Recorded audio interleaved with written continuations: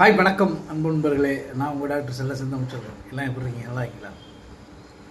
ஒரு 2-3 நாளைக்கு முன்னால் பார்த்தீங்கன்னா அந்த நம்ம கிளினிக்குடைய விளம்பரம் சைக்காலஜி, அதாவது கவுன்சிலிங் நம்ம பண்ணுவோம் அப்படின்னு சொல்லி ஒரு விளம்பரம் கொடுத்துருந்தோம். அதை பார்த்துட்டு ஒரு நண்பர் வந்து என்கிட்ட கேட்டார், சார் மனைவிக்கு அதாவது ஒய்ஃபுக்கு ஏதாச்சும் அட்வைஸ் பண்ணுறாங்க, என்ன மாதிரியான அட்வைஸை நீங்கள் வந்து சொல்லுவீங்க அப்படின்னு கேட்டிருந்தார். நான் வந்து பார்த்தீங்கன்னா ஒரு 4 பாயிண்ட் சொல்கிறேன். அதை நீங்கள் ஃபாலோ பண்ணாலே மனைவி வந்து கணவன் மேலே வந்து எந்த வெறுப்போ இல்லை நீங்கள் வந்து ஒரு கவுன்சிலிங்காகவே நீங்கள் நினச்சிக்கலாம்.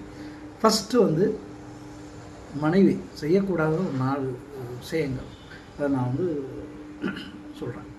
ஃபஸ்ட்டு என்னென்னா பார்த்தீங்கன்னா குற்றம் சொல்கிறது. அதாவது எப்போதுமே வந்து கணவன் வந்து எதுக்கெடுத்தாலும் ஏதாச்சும் சொன்னாலும் உடனே அதை வந்து ஒரு குற்றம் வந்து நீங்கள் அடிக்கடி சொல்கிறீங்க பார்த்தீங்களா, அந்த மாதிரி விஷயத்தை வந்து குற்றம் சொல்லாமல் அவர் என்ன செஞ்சாலும் சரி அதை நீங்கள் அப்ரிஷியேட் பண்ணுறது வந்து ரொம்ப நல்லது.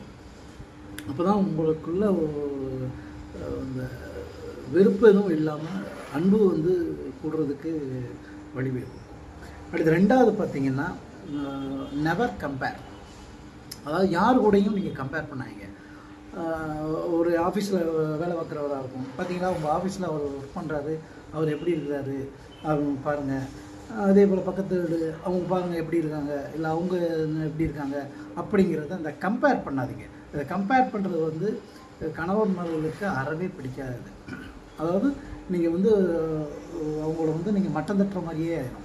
இந்த இது வந்து அறவே செய்யக்கூடாது.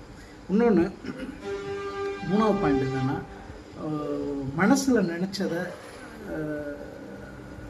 அதாவது உங்கள் மனசில் நினச்சதை அதுதான் நடக்கணும்.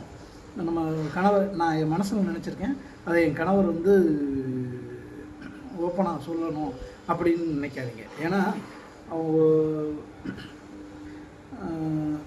எப்படி சொல்கிறது, நம்மளால் ஒரு ஆளுடைய மனசில் என்ன இருக்குது அப்படிங்கிறத யாருனாலையும் எதுவும் சொல்ல முடியாது. அதனால் நீங்கள் அந்த இது வந்து அறவே நான் நினச்சதை என் வீட்டுக்கார் செய்ய மாட்டேங்கிறாரு, நான் அப்படி நினச்சேன் அந்த இது எதுவும் செய்ய மாட்டேங்கிறாங்க, அந்த மாதிரி இந்த அந்த மனசில் நினச்சதை அந்த இதெல்லாம் சொன்னாங்க. அடுத்து முக்கியமாக கடைசி வந்து 4வது பாயிண்ட் என்னென்னா, உங்களை நீங்கள் அதாவது பர்சனல் க்ரோத்தை நீங்கள் வந்து டெவலப் பண்ணிக்கோங்க.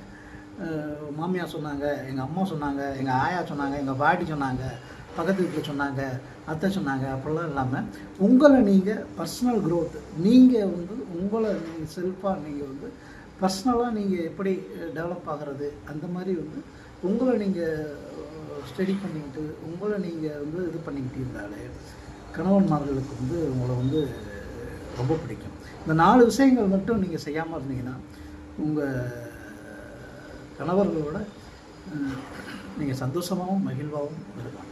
இதுதான் வந்து நான் சொல்கிற ப்ளீஸ். ஓகேங்களா? நீங்கள் அடுத்து பார்ப்போம். நன்றி, வணக்கம்.